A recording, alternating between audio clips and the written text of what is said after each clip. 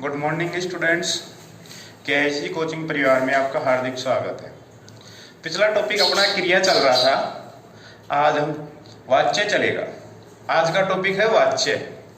आज का मुख्य बिंदु है वाच्य। अब देखो, वाच्य किसे कहते हैं? वाच्य किसे कहते हैं? क्रिया के रूपांतरण को ही क्या कहते हैं? वाच्य।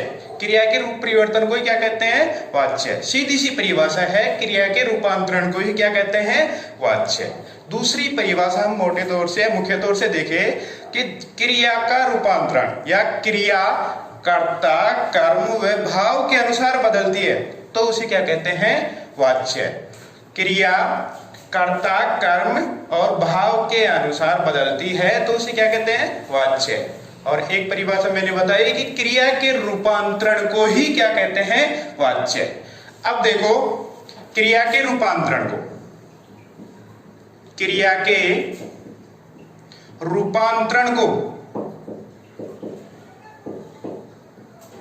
रूपांतरण को ही क्या कहते हैं? वाच्य। क्या कहते हैं? वाच्य। अब देखो, वाच्य के भेद, वाच्य के भेद, वाच्य के कितने भेद होते हैं?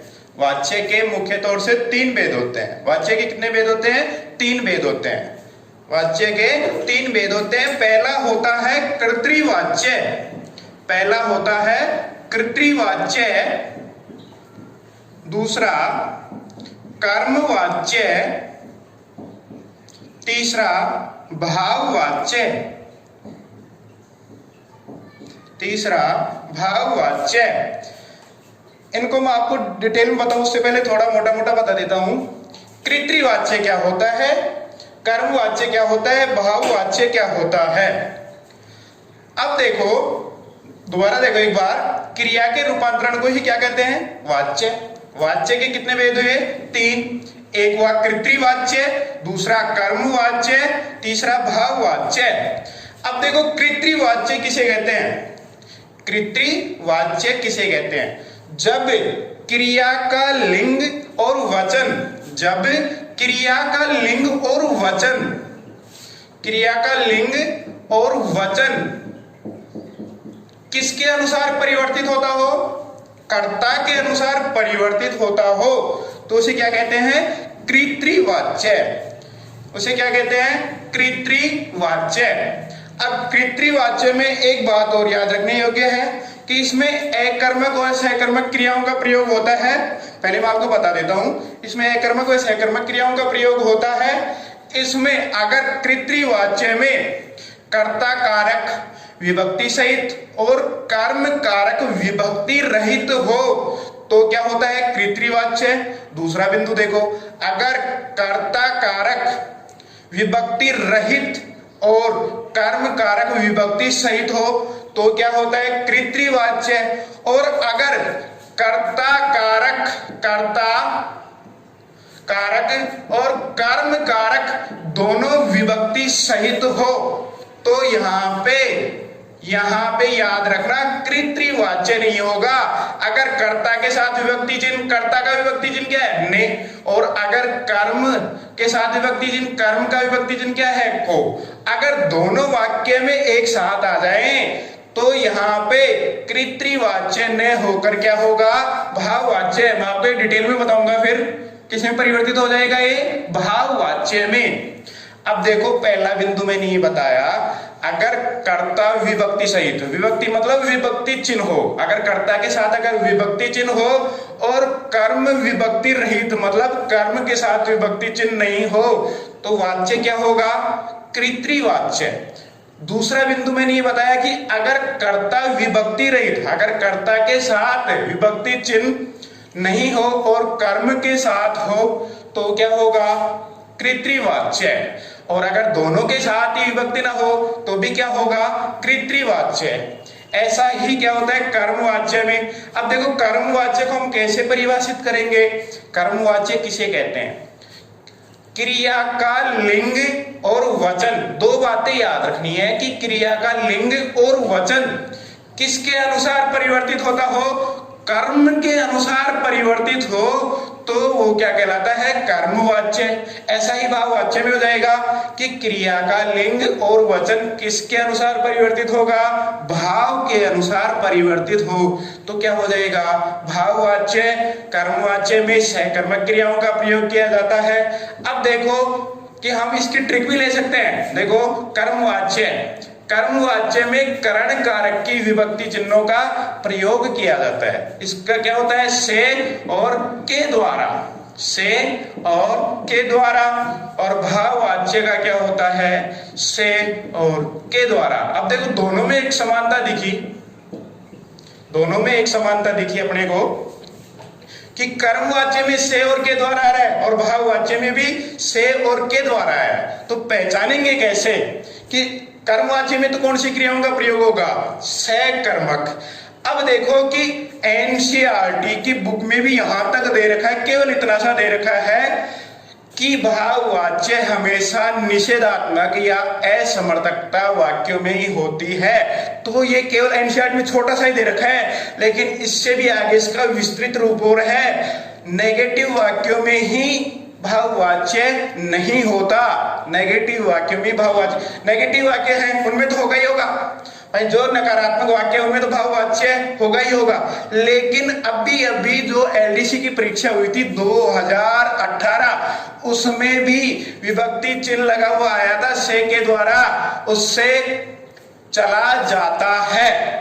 ऐसा क्वेश्चन आया था, उससे चला जाता है। और उसको हम करके आ गए थे कर्मवाच्य में। कई स्टूडेंट्स किस में करके आ गए थे, कर्मवाच्य में। क्यों, क्योंकि से और के द्वारा दिख गया था और यहाँ पे क्या असमर्थता या नकारात्मकता का बोध नहीं हो रहा था, तो बिना सोचे समझे किस में करके आ गए थे, कर्मवाच्य में। ये सर्वथा गलत है, ये हमेशा गलत रहेगा। पहले ये देखो कि वाक्य में जो रूप परिवर्तन हो रहा है वो कर्ता के अनुसार हो रहा है, कर्म के अनुसार हो रहा है कि भाव के अनुसार। जो क्रिया का रूप परिवर्तन होगा तीनों में अलग अलग होगा। कृत्रिवाच्य में कर्ता के अनुसार, कर्मवाच्य में कर्म के अनुसार और भाववाच्य में भाव के अनुसार। एक हमने जो अभी बात बताई थी कि अगर कर्ता के साथ विभक्ति चिन्ह और कर्म के साथ विभक्ति चिन्ह दोनों आ जाए तो वह वाक्य कर्म वाक्य का न होकर कर्मवाच्य का न होकर किसका हो जाएगा, भाववाच्य का। कैसे, जैसे राम ने रावण को मारा। अब देखो यहाँ पे कर्ता के साथ और दोनों विभक्ति चिन्ह आ रहे हैं, ने और को किसका विभक्ति चिन्ह है, कर्म कारक का, और ने किसका है, कर्ता का। तो यहाँ पे एक चीज तो नोट याद रख लो, अच्छी तरह से गांठ बांध के याद रख लो कि अगर कर्ता के साथ ने और कर्म के साथ को अगर दोनों वाक्य में एक साथ आ जाए तो वो किस में परिवर्तित हो जाएगा, भाववाच्य में, न कि कृत्रिवाच्य में। एक बार आप मोटा मोटा देख लो, फिर मैं आपको कंप्लीट लिखाता हूं। अब देखो इसके भेदों की बात आती है। तो पहला भेद कृत्रिवाच्य।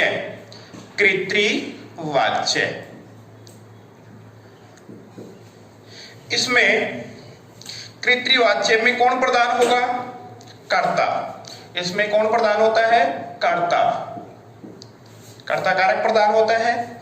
इसमें अकर्मक व सकर्मक दोनों क्रियाओं का प्रयोग किया जाता है। कृत्रिवाच्य किसे कहते हैं, यदि क्रिया का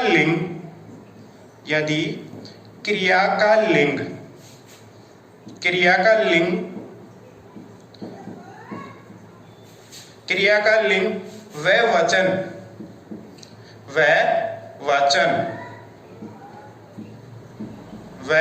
वचन किसके अनुसार परिवर्तित होता हो, कर्ता के अनुसार परिवर्तित हो तो क्या होगा, कृत्रिवाच्य। क्या होगा, कृत्रिवाच्य। अब देखो इसमें परिवर्तन कैसे होगा। जैसे राम ने पुस्तक, राम ने पुस्तक पढ़ी।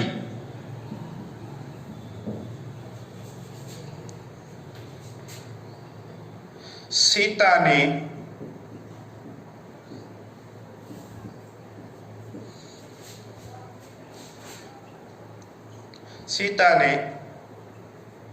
पुस्तक पढ़ी। देखो, राम ने पुस्तक पढ़ी कि यदि क्रिया का लिंग व वचन कर्ता के अनुसार परिवर्तित होता है तो वहां पे क्या होगा? कृत्रिवाच्य। सबसे पहले देखो, यहाँ पे कर्ता राम, यहाँ पे सीता। अब देखो, कर्ता की पहचान हो गई, पढ़ना यहाँ पे क्या हो गई? क्रिया। पढ़ना यहाँ पे क्या हो गई? क्रिया। ने यहाँ पे क्या हो गया? विभक्ति चिन्ह। अब पुस्तक यहाँ पे क्या हो गया? कर्म। पुस्तक क्या हो गया? कर्म। हमने पिछली क्लास में पढ़ा था क्रिया, तो इसमें कौन सी क्रिया? सहकर्मक। क्या पढ़ी? पुस्तक पढ़ी। क्या पढ़ी? पुस्तक पढ़ी। अब देखो, ये परिवर्तित कैसे होगा? कर्ता के अनुसार परिवर्तित कैसे होगा? राम ने पुस्तक पढ़ी, सीधी सी बात है, यहाँ पे तो दिख गया। लेकिन अगर मैं इस पुस्तक को थोड़ा सा बदल दूं, देखो आप बदलने की कोशिश करो। पुस्तक की जगह अगर मैं ये कह दूं अखबार, पुस्तक की जगह मैं क्या कह दूं? अखबार। अब वाक्य को देखो, राम ने अखबार पढ़ी, सही है या गलत? गलत है, तो रूप परिवर्तन होगा। कैसे होगा? पुस्तक की जगह क्या कर दिया? अखबार। अब ये बताओ कि राम पुल्लिंग है कि स्त्रीलिंग? पुल्लिंग। और पुल्लिंग है तो क्या होगा? राम ने अखबार पढ़ा, पुल्लिंग एकवचन है। ऐसा ही इसमें देखो, सीता ने पुस्तक पढ़ी, सीता ने पुस्तक पढ़ी। इसकी जगह भी ये देख लो, सीता ने अखबार पढ़ा। तो यहां पे देखो, कर्ता के अनुसार परिवर्तित हो रहा है, यह एक वचन है। और यहां पे देखो, पढ़ी की जगह क्या हो जाएगा? पढ़ा। सीता स्त्रीलिंग है, यहाँ पे पुल्लिंग था, तो पुस्तक की जगह अखबार रखते ही वाक्य परिवर्तित हो गया। कि वाक्य कर्ता के अनुसार अगर परिवर्तित हो जाए, क्रिया का लिंग और वचन परिवर्तित हो जाए तो क्या होगा? कृत्रिवाच्य। यही बात मैं आपको बता रहा हूं, क्या होगा? कृत्रिवाच्य। अब देखो, कई बार क्या होता है, ये तो ने चिन्ह की बजाय, अगर ने चिन्ह नहीं आता, जैसे कई बार विभक्ति रहित आते वाक्य, कर्ता भी विभक्ति रहित होता है और कर्म भी। जैसे राम हंसता है, राम हंसता है, विभक्ति रहित हो गया, तो ये भी किसमें होगा? कृत्रिवाच्य में। ये भी किसमें होगा? कृत्रिवाच्य में। सीता हंसती है, सीता हंसती है, ये सारे किसमें होंगे? कृत्रिवाच्य में। एक बार इन उदाहरणों को आप उतार लीजिए। हाँ, अब देखो, एक दो उदाहरण और देख लो। जैसे पूजा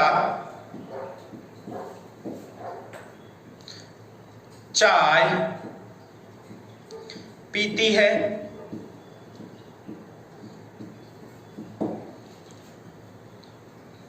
मनमोहन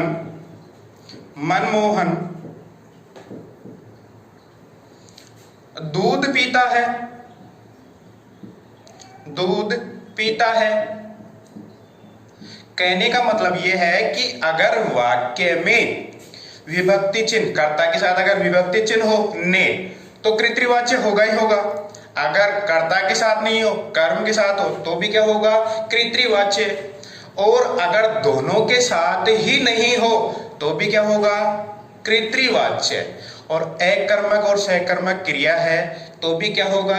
कृत्रिवाच्य। अब देखो कि इसमें कृत्रिवाच्य में दोबारा बता रहा हूं कि कृत्रिवाच्य में क्रिया किसके अनुसार परिवर्तित होगी? क्रिया का लिंग और वचन किसके अनुसार परिवर्तित हो रहा है? कर्ता के अनुसार। किसके अनुसार? कर्ता के अनुसार। जैसे पूजा चाय पीती है, सीधी सी बात है कि कृत्रिवाच्य। मनमोहन दूध पीता है, कृत्रिवाच्य। क्या पीता है? दूध। क्या पीती है? चाय। अब देखो, परिवर्तन ही प्रकृति का नियम है। देखो, चाय की जगह हम पूजा को ये कह दे कि दूध,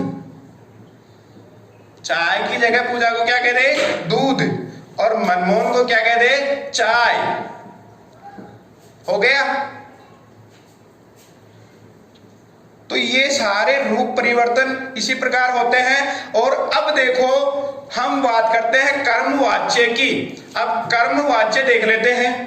कर्मवाच्य में एक चीज याद रखना कि जैसे कर्तृवाच्य में, जैसे कृतवाच्य में ने पहचान चिन्ह आया है, वैसे कर्मवाच्य में को नहीं आएगा। क्या नहीं आएगा? को नहीं आएगा। किसका कारक, कौन से कारक की विभक्ति चिन्हों का प्रयोग होगा? करण कारक की। कौन से कारक की? करण कारक की। अब देखो कर्मवाच्य, कर्मवाच्य। अब देखो कर्मवाच्य किसे कहते हैं? वही दो बातें याद रखनी है। दो बातें है कि यदि क्रिया का लिंग, क्रिया का लिंग, क्रिया का लिंग और वचन किसके अनुसार परिवर्तित होता है? कर्म के अनुसार परिवर्तित होता है, तो क्या होता है? कर्मवाच्य। इसमें हमेशा कौन सी क्रियाओं का प्रयोग किया जाता है? सहकर्मक क्रियाओं का प्रयोग किया जाता है। कौन सी क्रियाओं का? सहकर्मक क्रियाओं का प्रयोग किया जाता है। इसमें कौन सी विभक्ति चिन्हों का प्रयोग किया जाता है? से या के द्वारा विभक्ति चिन्हों का प्रयोग किया जाता है। कर्मवाच्य में से और के द्वारा विभक्ति चिन्हों का प्रयोग किया जाता है। दोस्तों केएस यूट्यूब चैनल को सब्सक्राइब कीजिए और शेयर कीजिए।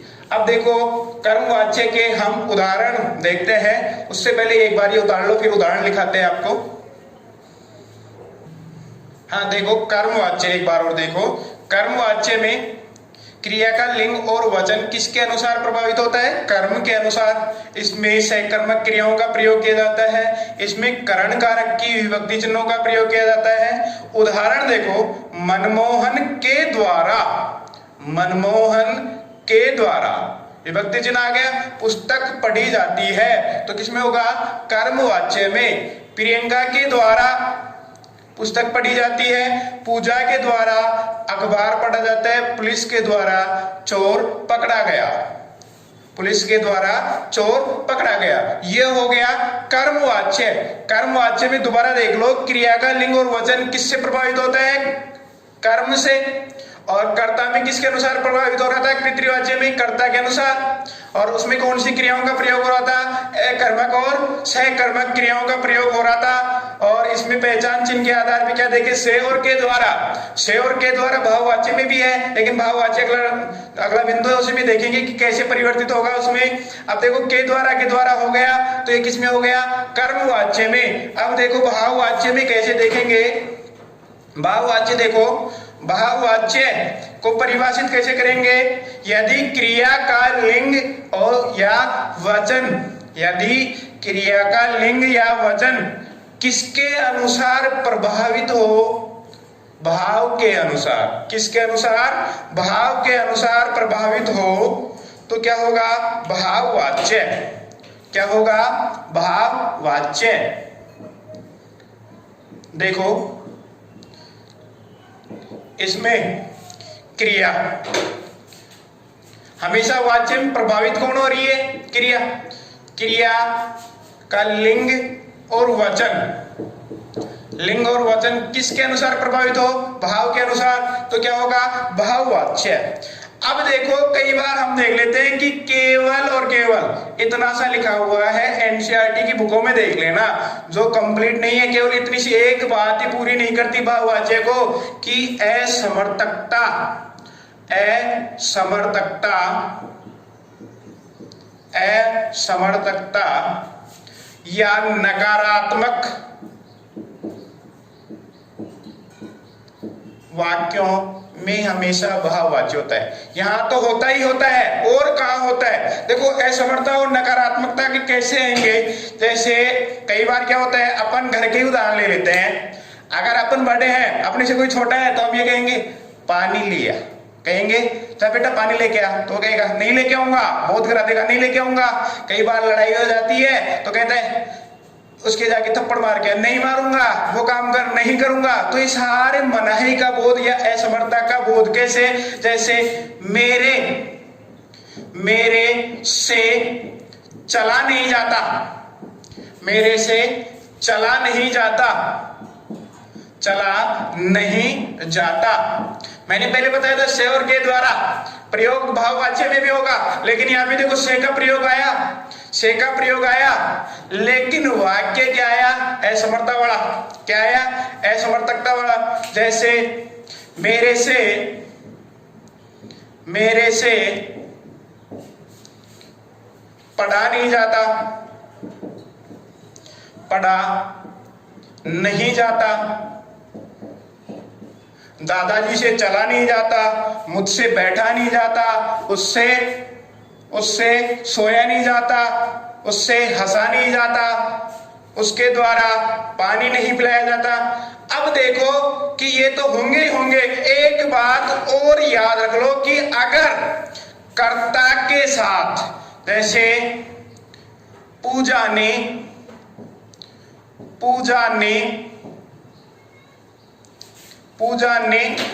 गौर करना, मैं इस शब्द पे जोर दे रहा हूं। पूजा ने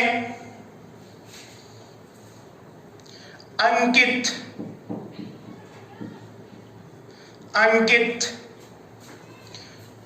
को देखा।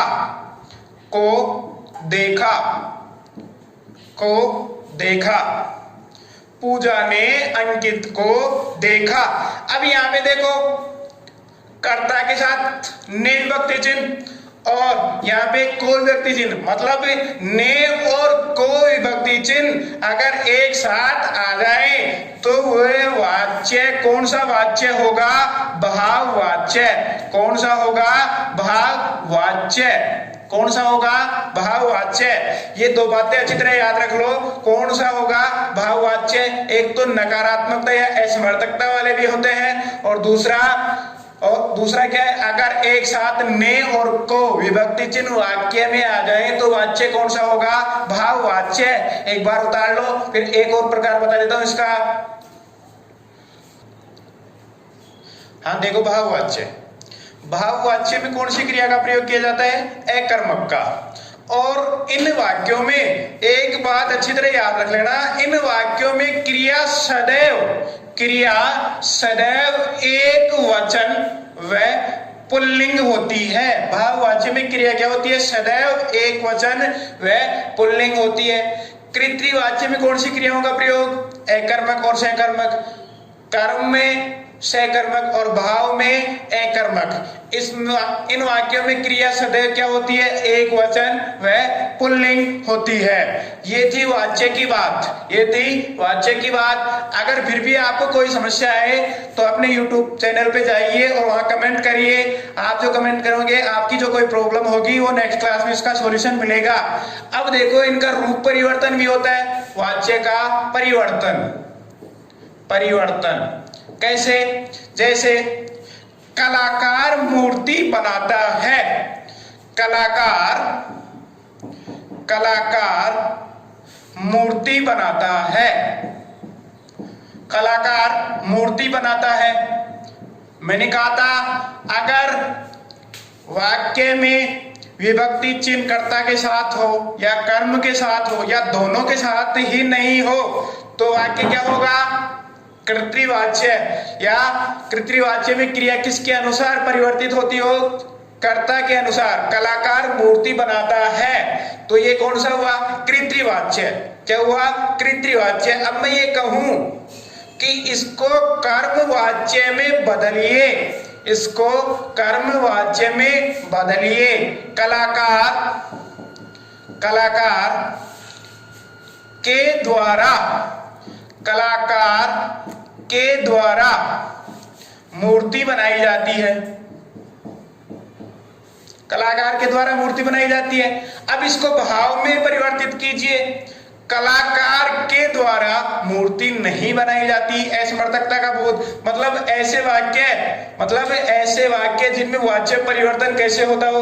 अगर कर्तृवाच्य दे रखा है और अगर उसको कर्म में चेंज कराए, तो किसका प्रयोग करना है, के द्वारा या से का प्रयोग करना है। और भाव में चेंज कराए तो किसका प्रयोग करना है, असमर्थकता या निषेधात्मकता का बोध करना है। अब देखो, कलाकार मूर्ति बनाता है। इसके अलावा मैं आपको और 2-4 उदाहरण और लिखा देता हूं, एक बार इनको उदाहरण लो, फिर 5-7 उदाहरण और बता देता हूं आपको। हाँ देखो, अब था वाच्य परिवर्तन। लड़का दूध पीता है, लड़का दूध पीता है, कृत्रिवाच्य। अब इसको मैं ये कहूं कि इसको कर्मवाच्य में बदलो तो क्या प्रयोग करना है? लड़के के द्वारा दूध पिया जाता है, मैं व्यायाम करता हूं, क्या हो गया? कृत्रिवाच्य। इसको भाव में मुझसे व्यायाम नहीं होता या मेरे द्वारा व्यायाम नहीं किया जाता, बच्चे के द्वारा चित्र बनाए गए के द्वारा क्या हो गया? कर्मवाच्य। और भाव में बच्चे के द्वारा चित्र नहीं बनाए गए, बालक द्वारा पतंग उड़ाई गई, क्या हो गया? कर्मवाच्य। वही बालक के द्वारा पतंग नहीं उड़ाई गई। मतलब इसको कर्ता से लेके कर्म भाव तीनों को आपस में परिवर्तित कर सकते हैं। अब देखो वाच्य की एक छोटी सी ट्रिक और बता देता हूं।